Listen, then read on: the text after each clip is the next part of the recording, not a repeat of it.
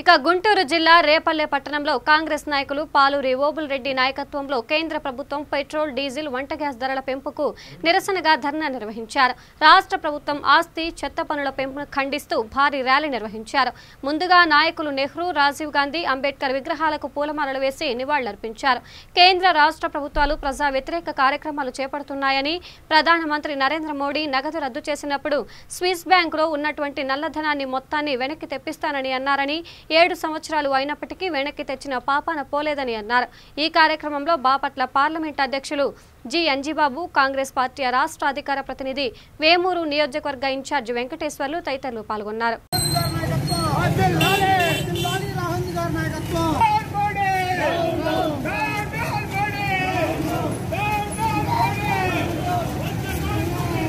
సోనియా గాంధీ పిలుపు మేరకు జేడీ శీలం గారి నాయకత్వంలో బాపట్ల పార్లమెంటు ఈ నిరసన కార్యక్రమాలు చేపడుతున్నాయి. దీనిలో భాగంగా రేపల్ల నియోజకవర్గం నుండి ఈరోజు కాంగ్రెస్ పార్టీ ఆధ్వర్యంలో ఓబుల్ రెడ్డి గారి నాయకత్వంలో ఈరోజు ఇక్కడ మనం ఈ కార్యక్రమాన్ని చేపట్టడం జరిగింది.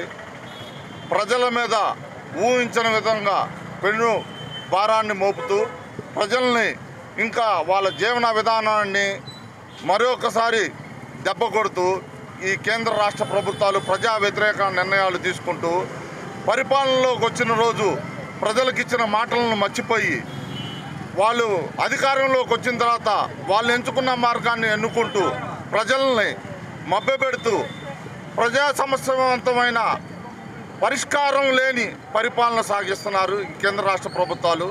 ఆ రోజు నరేంద్ర మోడీ గారు కొన్ని వాగ్దానాలు చేశాడు. ఆ వాగ్దానాలు ఏమంటే సంవత్సరంలోపు స్విస్ బ్యాంకులో ఉన్న మూలధనాన్ని, బ్లాక్ మనీని మొత్తం బయటికి తీసుకొస్తా అన్నాడు. ఇప్పుడు 7 సంవత్సరాలు అయింది. ఇంత మటుకి ఆయన తెచ్చిన పాపాన పోలేదు. ప్రతి అకౌంట్లో 15 లక్షలు వేస్తానని దొంగ మాటలు చెప్పి అధికారంలోకి వచ్చాడు. ప్రజల్ని మభ్యపెట్టి అబద్ధ ప్రచారాలతో అధికారాన్ని చేపట్టడం జరిగింది. ఆయన చెప్పనివి కూడా కొన్ని చేశాడు.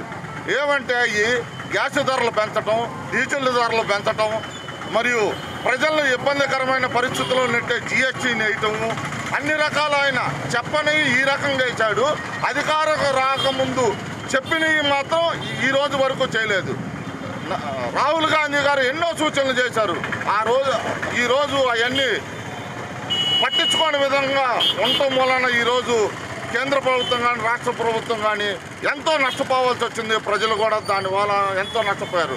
లక్షల ఉద్యోగాలు నిరుద్యోగ పాలైపోయి 2 కోట్ల సంవత్సరానికి ఉద్యోగాలు కల్పిస్తున్నారు. 2 కోట్ల మాట అటించు, సంవత్సరానికి 2 కోట్ల మంది పైన నిరుద్యోగులు ఉద్యోగాలు లేక రోడ్డు మీద పడిపోయారు. దానికి కారణం మోడీ యొక్క అసమర్థ పాలన, నరేంద్ర మోడీ యొక్క అసమర్థ పాలన వలన ఈరోజు ప్రజలు ఎంతో కష్టాలు పడుతున్నారు. ఈ కష్టాలు పడే టైంలో, కరోనా టైంలో కూడా 2 నెలల్లోనే 40 సార్లు పైన పెట్రోలు, డీజిల్ పెంచి ప్రజలపై పెనుభారాన్ని మోపుతూ తాత్కాలికంగా వాళ్ళ కోసం ఏదో ఒక 1000 రూపాయలు, 10,000, 12,000 రూపాయలు ఇస్తూ ప్రతి వ్యక్తి మీద తిరిగి 1,00,000 రూపాయలు వసూలు చేసే పరిస్థితికి